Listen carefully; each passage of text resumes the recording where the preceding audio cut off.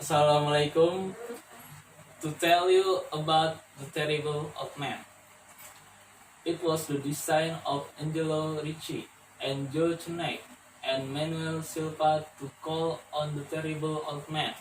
This old man dwells alone in a very ancient house on Water Street near the sea, and is reputed to be both exceedingly rich and exceedingly feeble, which formed a situation very attractive to men of the profession of missionaries, Ricci, Chennai, and Silva, for that profession was nothing less dignified than robbery.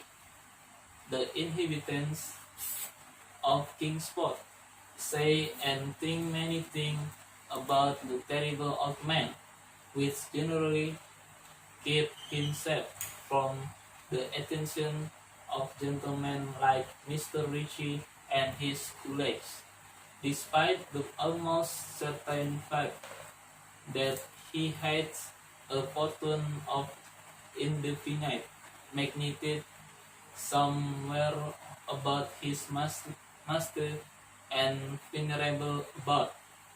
He is in truth a very strange person, believed to have been a captain of East India clipper ships in his day, so old that no one can remember when he was young, and so taciturn that few know his real name.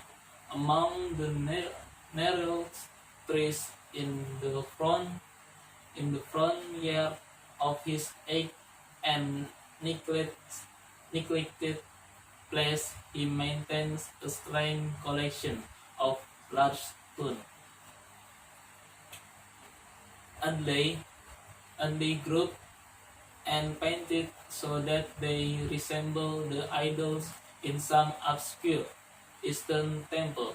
This collection frightens away most, the, most of the small boys who love to taunt the terrible old man about his long white hair and beard, or to break the small pane windows of his dwelling with wicked missiles. But there are other things which frighten the older and more curious folk who sometimes steal up to the house to peer in through the dusty panes. These folks say that on a table in a bare room on the ground floor are many peculiar bottles. In each a small piece of lead suspended pendulum waves from a string, and they say that the terrible old man talks to these bottles, addressing them by such names as Jack, Scarface, Long Tom, Spanish Joe, Peters, and Matt Ellis, and that whenever he speaks to a bottle, the little lead pendulum within makes certain definite vibration as if in answer. Those who have watched the tale lean terrible old man in this peculiar conversation do not watch him again. But Angelo Ricci and Joe Chenek and Manuel Silva were not of Kingsport blood. They were of that new and heterogeneous alien stock which lives outside the charmed circle of the New England life and tradition, and they saw in the terrible old man merely a tutoring, almost helpless gray beard who could not walk without the aid of his knotted chain, and was thin, weak hands shook pitifully. They were really quite sorry in their way for the lonely, unpopular old fellow whom everybody shunned, and at one the dog barked, barked singularly. But business is business, and to robber was sold is in his profession.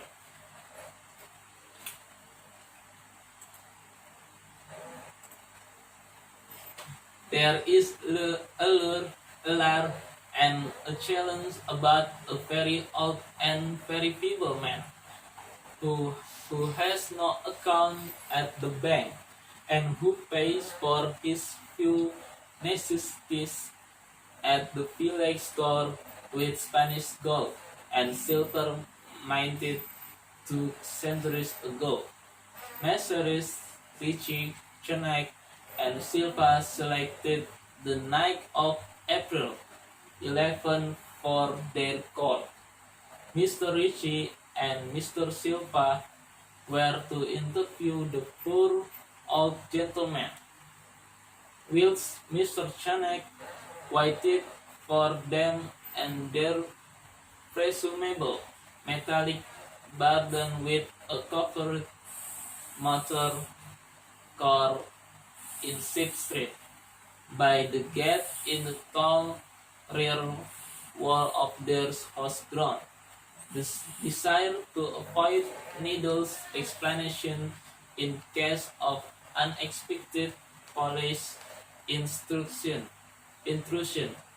prompted this plan for a quiet and unostentatious departure. Assalamualaikum. I want to continue the story about the old man. As prearranged, the three adventurers started out spiritedly in order to prevent any evil-minded suspension afterward. Mrs. Ricci and Silva met in Water Street by the old man's front gate, and although they didn't like the way the moon shone down, even the painted stones struck the budding branches of the gnarled trees. They had more important things to think about than mere idle superstition. They feared it might be unpleasant work making the terrible old man loquacious concerning his hoarded gold and silver, for sea captains are notably stubborn and perverse. Still, he was very old and very feeble, and there were two visitors. Mrs. Ricci and Silva were experienced in the art of making unwilling persons voluble, and the screams of a weak and an exceptionally venerable man can be easily muffled. So they moved up to the one-like window and heard the terrible old man talking childishly to this bottle with pendulums. Then they donned masks and knocked politely at the weather-stained oaken door. Waiting seemed very long to Mr. Channing as he fidgeted restlessly in the covered motor car by the terrible old man back gate in Ship Street. He was more than ordinarily tender-hearted, and he didn't like the hideous screams he had heard the ancient house just after the hour appointed for the deed. Had he not told his colleague to be as gentle as possible with the pathetic old sea captain? Very nervously, he watched the narrow oaken gate in the high and heavy-clad stone wall. Frequently, he consulted his watch and wondered at the delay. Had the old man died before revealing where his treasure was hidden, and had a thorough search become necessary? Mr. Channing didn't like to wait so long in the dark in such a place. Then he sensed a soft tread or tapping on the wall inside the gate, heard a gentle fumbling in the rusty latch, and saw the narrow, heavy door swing inward, and in the pallid glow of the single dim street lamp he strained his eyes to see what his college had brought of that sinister house which loomed so close behind.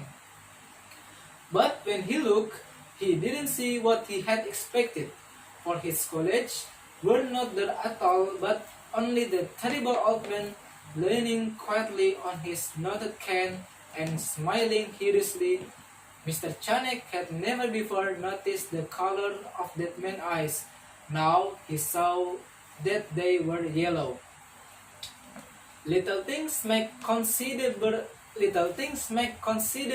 excitement in little towns, which is the reason that Kingsport people talk out that spring and summer about the three unidentifiable bodies, horribly slashed as with many cutlasses, and horribly mangled as by the tread of many cruel boat heels, which the tide washed in, and some people even spoke of things as trivial as the deserted motor car found in Ship Street, or certain especially inhuman cries, probably of stray animal or migratory bird, heard in the night by wakeful citizen.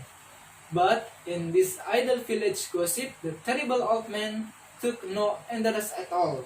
He was by nature reserved, and when one is aged and feeble, one reserve is doubly strong.